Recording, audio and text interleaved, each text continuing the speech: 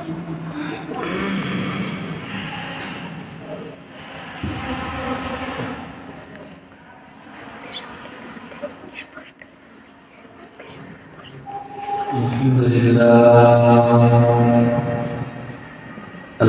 لله الذي جعل الشمس والقمر النجم والشجر يسجدان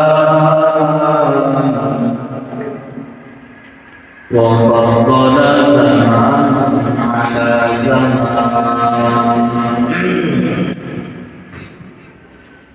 كما فضل مكانا على مكان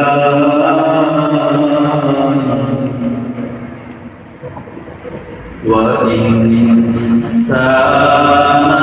على إنسان ونشهد أن لا إله إلا الله وحده لا شريك له لا ضد له ولا ند له ولا مثل له ونشهد أن سيدنا وسندنا وحبيب ربنا وطبيبنا وطبيب قلوبنا ومولانا محمدا عبده ورسوله صلى الله تعالى عليه وعلى آله وأصحابه وبارك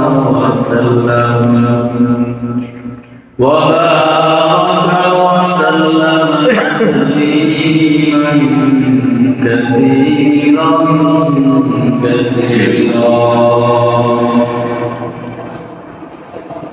أما بعد فأعوذ بالله من الشيطان الرجيم بسم الله الرحمن الرحيم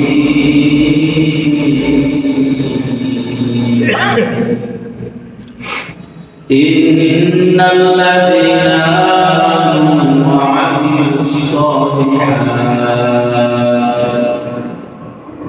وقال رسول الله صلى الله عليه وسلم أخلص دينك يكفيك العمل القليل صدق الله مولانا العظيم وصدق رسوله النبي الكريم ونحن على ذلك من الشاهدين والشاكرين والحمد لله رب العالمين شكر الزمان وبيد الله اللهم صل على محمد وعلى آل محمد كما صليت على إبراهيم وعلى آل إبراهيم إنك حميد مجيد اللهم بارك على محمد وعلى آل محمد كما باركت على إبراهيم وعلى آل إبراهيم إنك حميد مجيد يا أنصر المسافرين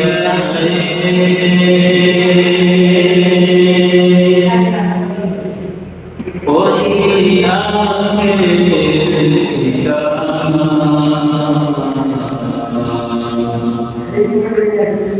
يا أنصر المسافرين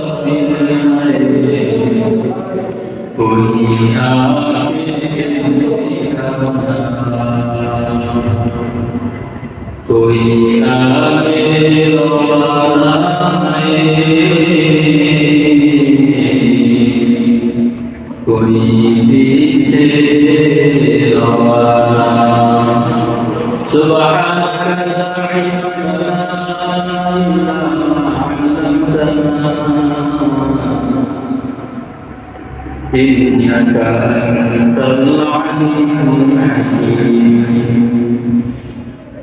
رب زدني علما اشرح لي صدري ويسر لي أمري واحلل عقدة من لساني يفقهوا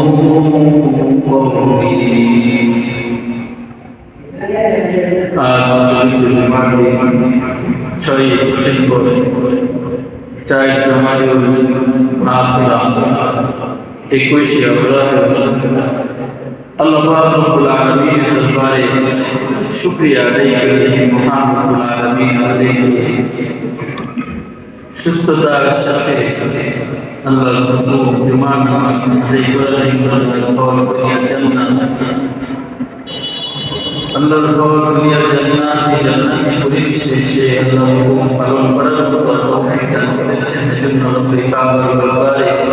কালিমাতুল শুকর আদায় করে আলহামদুলিল্লাহ আল্লাহ পাক রব্বুল আলামিন পবিত্র কুরআন কারীমের মধ্যে বিভিন্ন জায়গায় ইরশাদ করেছেন ইন্নাল্লাযীনা আমানু ওয়া আমিলুস সালিহাত কোথাও বলেছেন ইন্নাল্লাযীনা আমানু ওয়া আমিলুস সালিহাত ওয়াতাওয়াসাউ বিল হাক্কি ওয়া তাওয়াসাউ বিস সাবর এভাবে বিভিন্ন জায়গায় আল্লাহ রাব্বুল আলামিন যারা ঈমান এনেছে তাদের ব্যাপারে বলেছেন যে সৎ আমল করার জন্য আবার কোথাও বলেছেন আল্লাযী খালাকাল মাউতা ওয়াল হায়াতা লিয়াবলুয়াকুম আইয়ুকুম আহসানু আমালা আল্লাহ পাক রব্বুল আলামিন তিনি ওই সত্তা যিনি জীবন এবং মৃত্যুকে সৃষ্টি করেছেন কি জন্য সৃষ্টি করেছেন লিয়াবলুয়াকুম আইয়ুকুম আহসানু আমালা তোমাদেরকে পরীক্ষা করার জন্য কি পরীক্ষা করবেন আমিলুস সালিহাত অর্থাৎ লিয়াবলুয়াকুম আইয়ুকুম আহসানু আমালা এই আমলগুলো পরীক্ষা করবেন কোন আমল আমিলুস সালিহাত কার আমল সূচি কার আমল আছে কে ভালো আমল নিয়ে দুনিয়াতে থেকে এসেছে আর কে বড় আমল নিয়ে দুনিয়া থেকে এসেছে এজন্য আমল অনেক হওয়ার চাইতে আমল শুদ্ধ হওয়া এটা জরুরি এটা কি এটা জরুরি আল্লাহ তাআলা শুদ্ধতাকে পছন্দ করে আল্লাহ তাআলা বিশুদ্ধতাকে ভালোবাসেন এজন্য আল্লাহ পাক রব্বুল আলামিন বিভিন্ন জায়গায় বলেছেন আমিলুস সালিহাত সৎ আমল করার জন্য আমরা দুনিয়ার নিজাম দেখি যে মানুষ আমরা যখন কেউ বাজারে যাই যখন কাঁচা মাল কিনি কেউ আলু কিনি তখন আলুগুলো ভালো ভালো দেখে নেওয়ার চেষ্টা করি ঠিক না আমরা একটা পচা ঢুকাই দেওয়ার চেষ্টা করে তখন ওইটা আমরা নিই এইটা দিয়ে ওইটা এইভাবে কি করি আমরা তার ভালোটা নেওয়ার চেষ্টা করি যখন পটল দেয় তখন আমরা বেশি বেশি ভালোটা দিই বড়টা দিই সুন্দরটা দিই বাঁকা পচা নষ্ট এগুলো আমরা দিই তো এই জন্য আল্লাহ রব্বুল আলামিন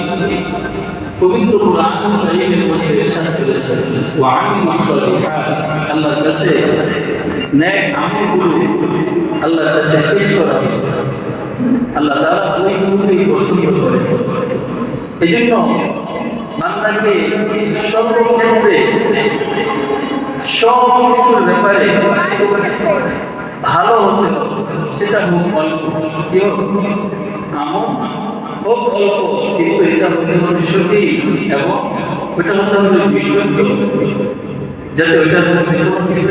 কোনো ঝামেলা না থাকতে পারে কোনো ভেজাল না থাকে কোনো সমস্যা না থাকে এজন্য আল্লাহ পাক রব্বুল আলামিন বিভিন্ন জায়গায় বলেছেন ওয়া আমিলুস সালিহাত তোমরা কি করো সৎ কাজ করো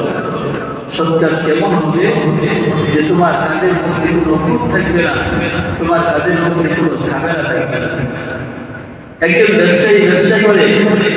সে পূর্ণে ঝামেলা করবে মাপে কম দিন তো এটা দ্বারা সে বেশি দিন টিকে থাকতে পারবে, কোনো না কোনো সময় তার ব্যবসা নষ্ট হয়ে যাবে। কারণ যে নাকি 2 নাম্বারই করে, সে একটা সময় করে যে কিছু সময় অনেক লাভবান হলেও একটা সময় যে যাওয়ার পরে সে ধরা পড়ে যাবে, তার বদনাম ছড়ায়, সে আর সামনে বাড়তে পারে না। তখন মানুষ তাকে আর পছন্দ করে না। কি করে না? মানুষ তাকে আর পছন্দ করে না। সবাই বলতে থাকে ওই লোকটা মাপে কম দেয়, ওজনে কম দেয়, ওই লোকটা ভালোর সাথে সাথে খারাপ জিনিস ঢুকিয়ে দেয়, তার কাছে যাই না। আবার দেখবেন আপনি অনেক দূর থেকে কিছু আনছেন, কিন্তু ওই জায়গায় শুনে যে আপনি বর্ণনা করতে চান, আমি নিত্যলা থেকে ওই দোকান থেকে এরকম আনছি, ওখানে খুব ভালো জিনিস পাবে, লোকটা খুব ভালো, সে খুব ভালো জিনিস না, ভালো ভাবে দামেও কম না। যেমন ধরেন একজন দুধওয়ালা,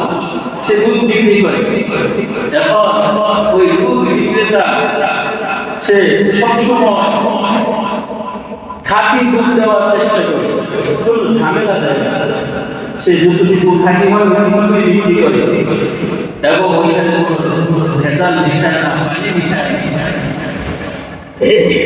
তো দামিও একেবারে একুরেট রাখে, আজকে কম কালকে বেশি এরকম না, যা মূল্য তাই রাখে। তো দেখবেন তার ওই সময়ের আগে শেষ হয়ে যায়, বিক্রি হয়ে যায়। তার দুধ নেওয়ার জন্য মানুষ খুঁজতে থাকে, মানুষের বিনিয়োগে। তো সে দিন বিক্রি হইতে থাকে, আস্তে আস্তে সে অগ্রসর হইতে থাকে, সে বাড়ির সামনে তা সে আস্তে আস্তে লাভবান হয়েছে। কিন্তু আবার ওই আরেক দুধওয়ালা যে কি করে ঝামেলা মিশায়, সে পানি মিশায়। এখন মানুষ দুধে পানি মিশায়, পানির সাথে দুধ মিশায়, কি করে পানির সাথে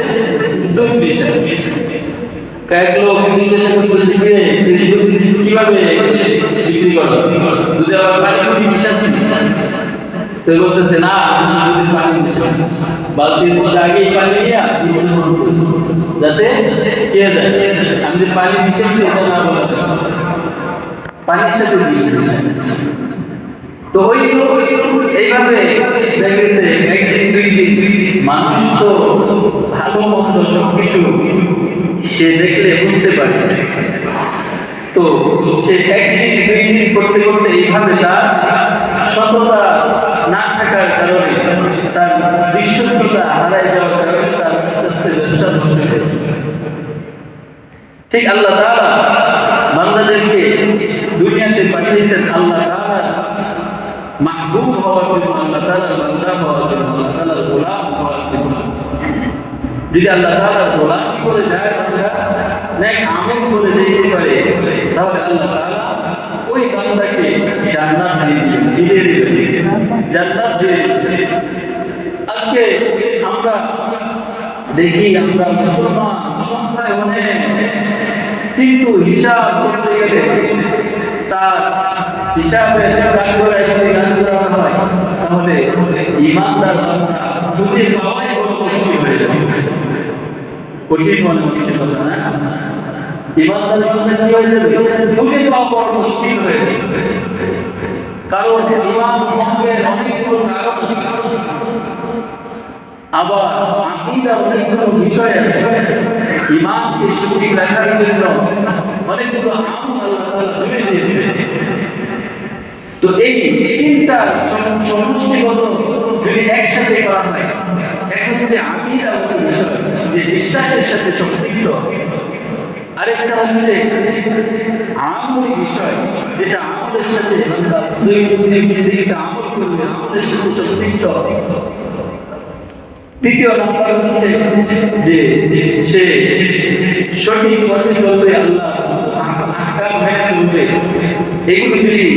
একসাথে করা হয়, তাহলে এই ইমানদার খুঁজে পাওয়া দুষ্কর হয়ে যাবে। কারণ আজকে দেখবেন আল্লাহ তাআলা হাদিসের মধ্যে বলছেন, মান তারাকা সালাহ ফাকাদ কাফার, যে ব্যক্তি নামাজ ছেড়ে দিল সে কাফের হয়ে গেল।